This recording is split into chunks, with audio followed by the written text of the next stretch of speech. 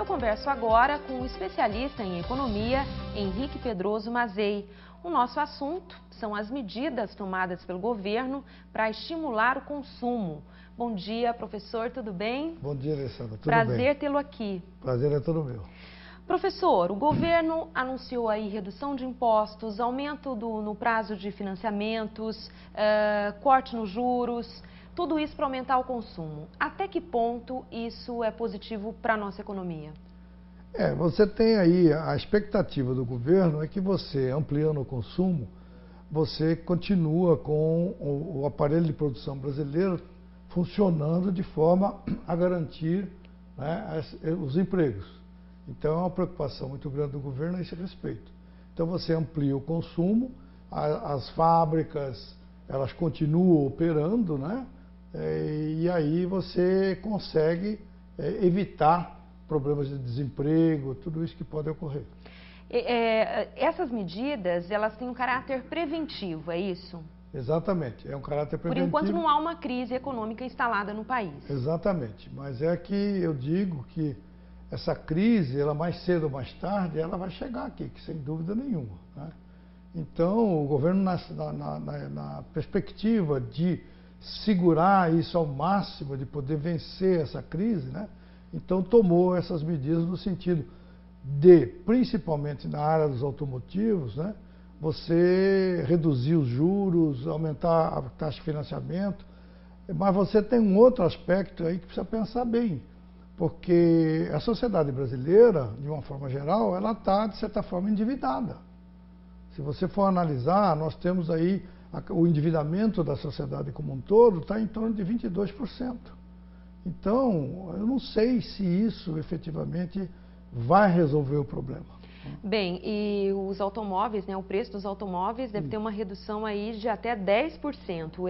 É significativo, né? Com certeza absoluta, não tem dúvida nenhuma. Agora, professor, isso também não pode ser uma armadilha, principalmente para o assalariado, para aquela pessoa, né, que trabalha e que tem as suas despesas já. Isso também não pode ser uma armadilha para levar a pessoa a gastar mais e acabar se endividando ainda mais. Como o senhor disse, o endividamento do brasileiro já está alto. Isso também não pode ter um efeito contrário? Não tem dúvida nenhuma, né?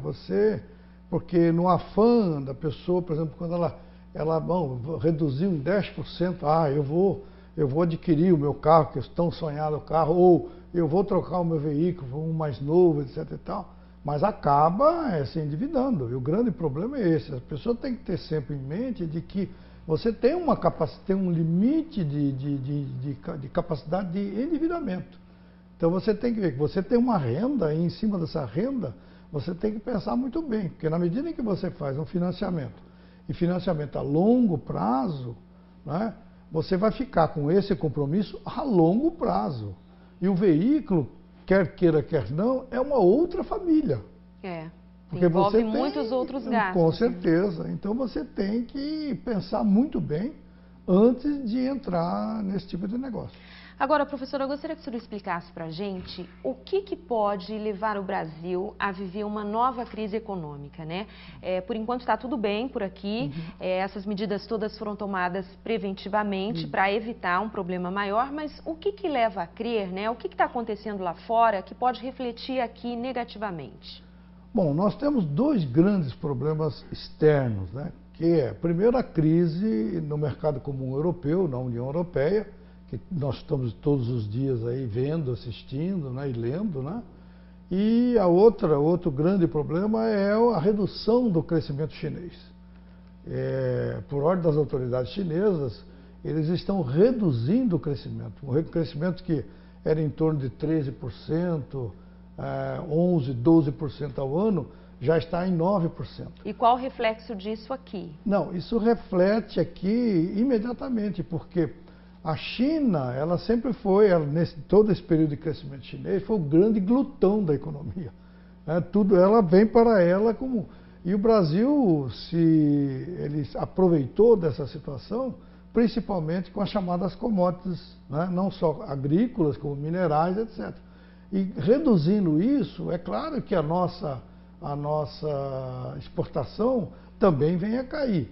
E isso tudo vem refletir internamente. E um outro aspecto interessante é que o Brasil, por exemplo, ele teve um aspecto extremamente positivo, que foi a inclusão de mais de 30 milhões de pessoas na classe C. E, então isso formou um mercado consumidor muito grande. Agora, eu não sei se esse mercado consumidor hoje, ele já não está no limite, né? Porque nós estamos assistindo isso em torno de 8 anos para cá, né? Então eu não sei se também está chegando ao limite do endividamento dessa classe, que é o grande fator de crescimento do mercado interno. Agora, professor, na sua opinião, essas medidas foram acertadas, ou o senhor acha que o governo deveria ter pensado em outras iniciativas para conter aí essa crise, para evitar essa crise? Eu penso o seguinte, eu acho que muito antes da preocupação com o consumo, eu acho que a preocupação das autoridades brasileiras, né, da área econômica, deveria ser com o investimento, não só o investimento público, porque nós temos problemas seríssimos de infraestrutura, rodovias, ferrovias, né, meios de transporte, essa coisa toda. Porque atrás do investimento público, com certeza, vem o investimento privado. Porque na medida em que você tenha confiança de que nós vamos crescer e o investimento é básico para o crescimento, que a primeira coisa é o investimento. E sem contar, né, professor, que o investimento gera emprego, que também aí estimula a produção nas indústrias, né? Certo. Poderia aumentar o consumo também. Na economia, nós temos o que nós chamamos de círculo virtuoso. O que é esse círculo virtuoso? Você tem inicialmente investimento que gera emprego, né, que é fundamental, né? Gerando emprego, está gerando renda gera consumo.